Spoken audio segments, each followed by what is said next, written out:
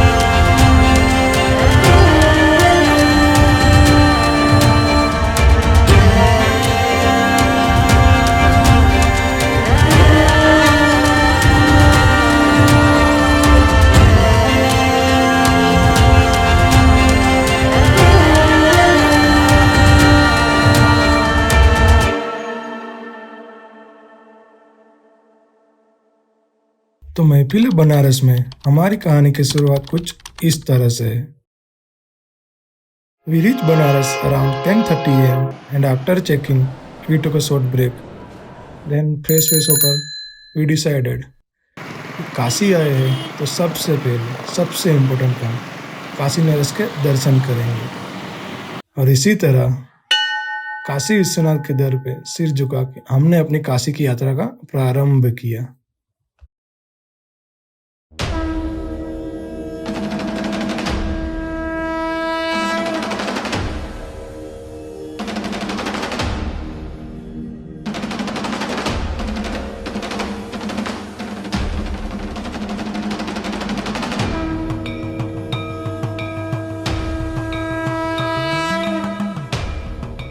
इस मंदिर का निर्माण सन 1780 में इंदौर की महारानी रानी अहिल्याबाई द्वारा करवाया गया था।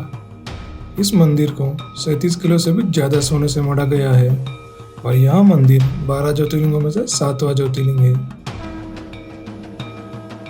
और ये जो आप सुंदर कॉरिडोर देख रहे हैं उसका निर्माण 2019 में भारत के प्रधानमंत्री नरेंद्र मोदी जी द्वारा करवाया गया था।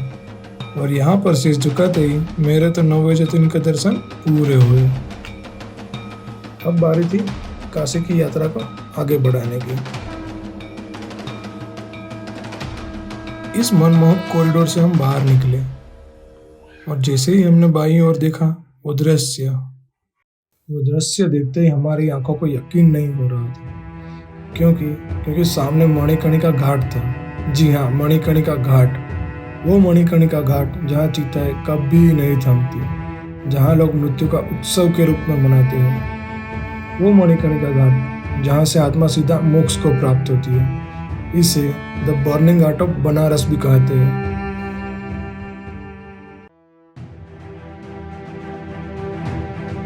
वैसे तो मणिकर्णिका शब्द का अर्थ होता है कानों के कुंडल, जो ब्यूटी को डिफाइन करते हैं, पर यह जगह डिफाइन करती है मृत्यु को। ये रहस्य में काशी की सोचने वाली बात। कहते हैं जब माता पार्वती जी यहाँ स्नान करने आए तब उनके कानों के कुंडल यहाँ पर गिर गए। तभी शिव जी ने वहाँ रहे साधुओं को वह कुंडल खोजने को कहा। उन्हें मिल तो गए पर झूठ बोलकर माता पार्वती जी को वापिस नहीं किया। ये छल कपट देखकर शिव जी बहुत क्रोधित हुए और साधुओं को श्राप दिया। तब से लेकर आज तक वहाँ डोम जाति के लोग यहाँ इस घाट पर चिताएं जलाते हैं और आज भी हर चिता को पहली लकड़ी और अग्निदान उन्हीं के हाथों से होते हैं। एक यकीन न होने वाली बात तो ये भी है कि यहाँ डोम जाति के लोग इन्हीं चिताओं की अग्नि से अपने घर का चूल्हा जलाते हैं और इन्हीं चिताओं के ऊपर खाना पकाकर खाते हैं। सचमुच इसे देखकर ऐसा लगता है कि जीवन का सत्य यही है। एक तरफ इस जगह को देखने और समझने के साथ साथ शाम हो चुकी थी और उसी के साथ साथ दूसरी तरफ दशाश्वमेध घाट पर बनारस की वर्ल्ड फेमस गंगा आरती की तैयारियां भी शुरू हो चुकी थी।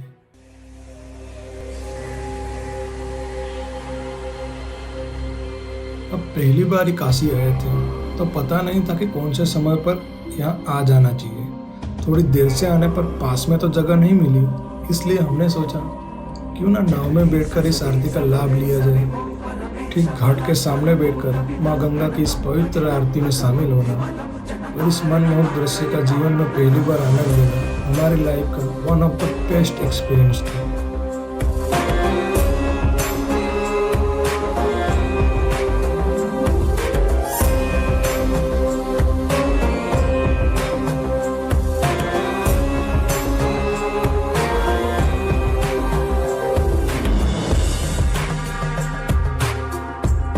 आरती खत्म होने के बाद हमने तय किया कि आज के दिन का अंत हम यही करते हैं, पर हमें इंतजार था अगली सुबह का, क्योंकि सुबह का वो नज़ारा जो हम देखने वाले थे उसे आज तक हमने सिर्फ या तो टीवी में देखा था या तो फोटोज में, इसलिए एक्साइटमेंट थोड़ी नहीं बल्कि बहुत ज़्यादा थी।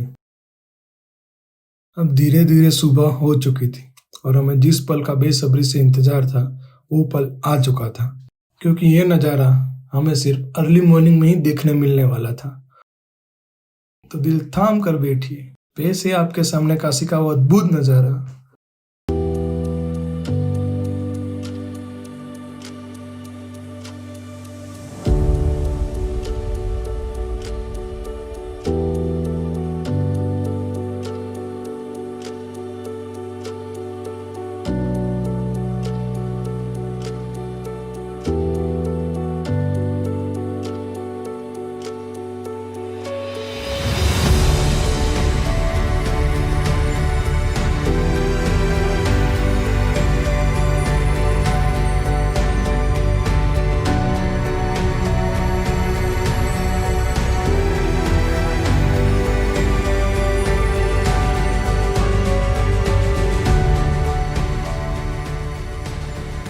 जब तक याद है हमें तब तक वैसे तो काशी में पहले कभी ऐसा होता नहीं था, पर किस्मत से हम जिन दिनों काशी में थे उन दिनों ही ये बलून फेस्टिवल आयोजित हो रहा था। इसे देखकर ये ख्याल आया कि really how lucky we are. Early morning का ये hot air balloon festival show देखने के बाद हम एक ऐसी यूनिक जगह पर गए जिसका नाम था खिचड़ी बाबा का मंदिर। यूनिक इसलिए क्योंकि इसी जगह पर सुबह से लेकर शाम तक लोगों को फ्री में खिचड़ी का प्रसाद बांटा जाता है। इस प्रसाद को ग्रहण करने के साथ साथ हमने हमारा ब्रेकफास्ट भी कर लिया और अब बारी थी काशी की यात्रा का आगे बढ़ाने की, जिसका रास्ता दशाश्वमेध घाट की तरफ से होकर जाता था। कहते हैं ब्रह्मा जी ने भगवान शिव जी के स्वागत करने के लिए यहाँ पर 10 घोड़ों की बलि चढ़ाई थी, इसलिए इस जगह का नाम दशाश्वमेध घाट पड़ा। घाट पर पहुंचते ही हमको कुछ अनूठा दृश्य देखने को मिला। अनूठा इसलिए क्योंकि कुछ बच्चे शिव जी की वेशभूषा धारण कर लोगों को तिलक लगाकर बाकी लोगों का ध्यान अपनी ओर आकर्षित कर रहे थे। हमसे भी रहा नहीं गया तो हमने भी इनके हाथों से तिलक करवा ही लिया।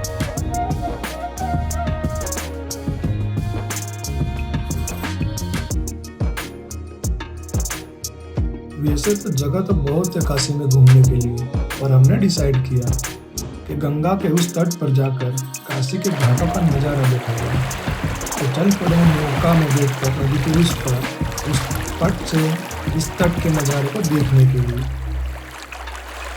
कहा जाता है भगवान राम जी ने माता सीता जी के साथ यहाँ पर खुद नौका विहार किया था, इसीलिए नौका विहार का यहाँ पर विशेष महत्व है।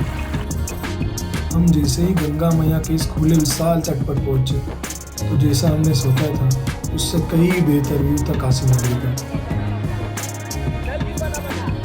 यहाँ पर स्थित रेत के टीले काफी हद तक हमें मरुस्थल जैसा एहसास कराते हैं। सच में इस शहर की बात ही कुछ और है। इस पट पर लोग इसलिए आते हैं ताकि वो ऊंट सवारी और घोड़े सवारी का आनंद उठा सके, कुछ हमारी तरह।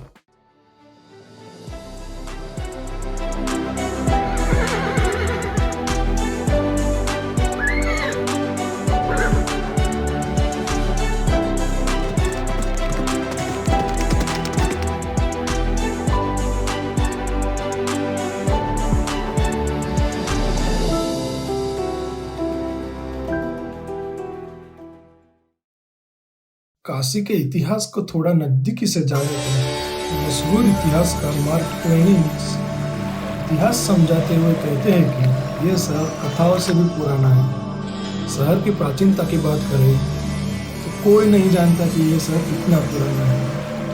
भगवान शिव जी इस शहर से इतने प्रभावित हुए थे कि वो खुद यहाँ आए थे। इससे यह पता चलता है कि उनके आने से पहले यह एक फलता फूलता सुंदर शहर था।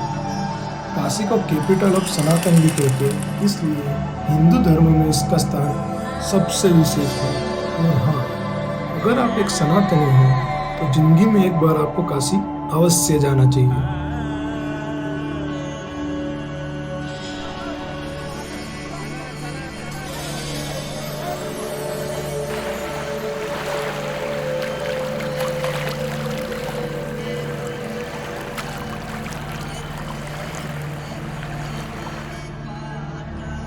काशी सनातन धर्म की राजधानी होने के साथ साथ हिंदू धर्म में पाए जाने वाले रीति रिवाजों का भी मुख्य केंद्र है।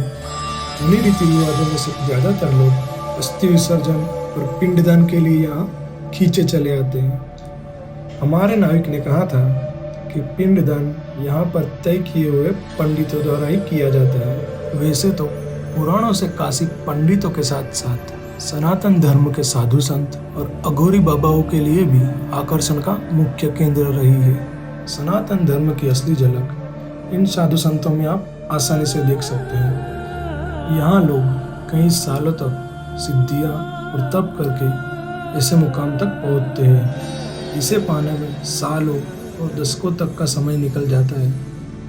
हिंदू धर्म की इस ज्ञान की गंगा में से ज्ञान लेने और सनातन को नजदीक से जानने के लिए कई लोग दूर दूर से चले आते हैं। इनमें से कुछ लोग तो हमने ऐसे भी देखे जो यहाँ आए और यहीं के बनकर रह गए। कुछ ऐसी बातों से पता चलता है कि कितनी पावरफुल एनर्जी है काशी में, जो लोगों को अपनी ओर आकर्षित करती है। साधु संत और अघोरी बाबा भले ही सनातन धर्म से एक हो, पर उनका जीवन बिल्कुल ही अलग है। अघोरी बाबाओं की साधना का सीधा एक ही मतलब होता है कि they only merge with Lord Shiva. That's why they don't want to do anything with the world. ऐसे ही एक अघोरी बाबा हमें मणिकर्णिका घाट पर देखने मिले, जो जलती चिताओं के बीच अपने ध्यान में पूरी तरह लीन थे। और एक होते हैं ये सपेरे लोग, जो सांपों को पालकर अपना जीवन चलाते हैं। अब तक हम काशी में कई पौराणिक मंदिर, मणिकर्णिका घाट, बलून फेस्टिवल, साधु संत, अघोरी, कई अलग खूबियां देख चुके थे। यह सब देखकर हम सोचने को मजबूर थे कि एक ही जगह पर इतना सब कुछ कैसे हो सकता है। इसे देखकर एक ही बात याद आती है कि भव्य काशी दिव्य काशी। जैसे जैसे शाम होती गई वैसे वैसे दशाश्वमेध घाट पर गंगा आरती की तैयारियां भी शुरू हो चुकी थी। इस बार तय किया कि इसी जगह पर बैठा जाए जहां से गंगा आरती का व्यू आंख और दिल दोनों को सुकून देने वाला हो। एंड देन हमें ऐसी जगह मिली जहां से गंगा आरती का नज़ारा कुछ इस तरह से था। माता च पिता त्वमेव बन्धुश्च सखा त्वमेव विद्या द्रविणं त्वमेव सर्वं मम देव देव।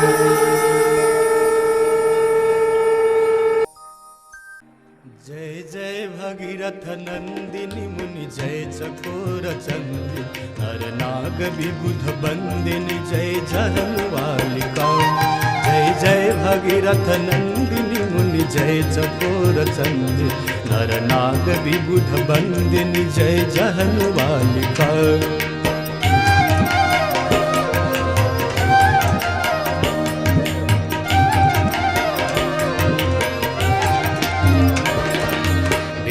पद सरोज राशीष शीश पर विभार विष्णुपद सरोज राशीष शीश पर विभार त्रिपथगासी पुण्य राशि पाप छालिका।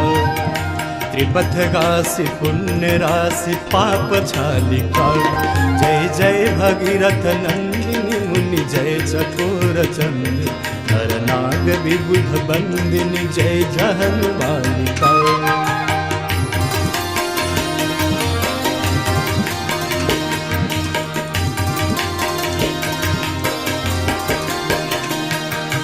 विमल विपुलव शिवारि शीतल त्रैतापहार विमल विपुलव शिवारि शीतल त्रैतापहार भावरवर विहंग तर तरंग मालिका। भावरवर विहंग तर तरंग मालिका। जय जय भगीरथ नंदिनी मुनि जय चकोर चंद्र नर नाग विबुध बंदिनी जय जहनुवालिका। हर हर महादेव शंभो काशी विश्वनाथ गंगे। हर हर महादेव शंभो काशी विश्वनाथ गंगे। हर हर महादेव शंभो काशी विश्वनाथ गंगे। हर हर महादेव शंभो काशी विश्वनाथ गंगे।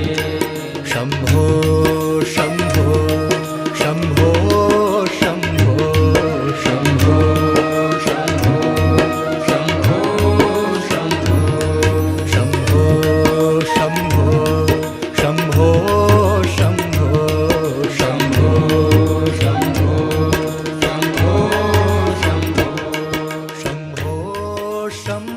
ये गंगा आरती बाकी आरतियों से काफ़ी अलग थी क्योंकि यहाँ आपको एक अलग ही ऊर्जा महसूस होती है।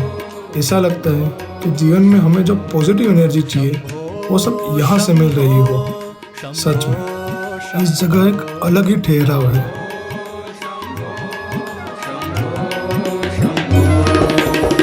हर हर महादेव शंभो काशी विश्वनाथ गंगे। हर हर महादेव शंभो काशी विश्वनाथ गंगे। हर हर महादेव शंभो काशी विश्वनाथ गंगे। हर हर महादेव शंभो काशी विश्वनाथ गंगे। हर हर महादेव शंभो काशी विश्वनाथ गंगे। हर हर महादेव शंभो काशी विश्वनाथ गंगे। काशी विश्वनाथ गंगे। काशी विश्वनाथ गंगे। काशी विश्वनाथ गंगे। काशी विश्वनाथ गंगे। नमः पार्वती पते हर हर महादेव। प्रेम से बोली श्री गंगा माता की जय।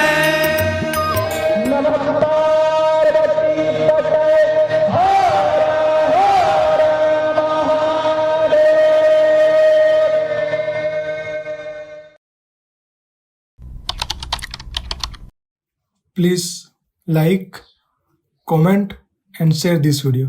और हाँ, चैनल को सब्सक्राइब करना बिल्कुल मत भूलना।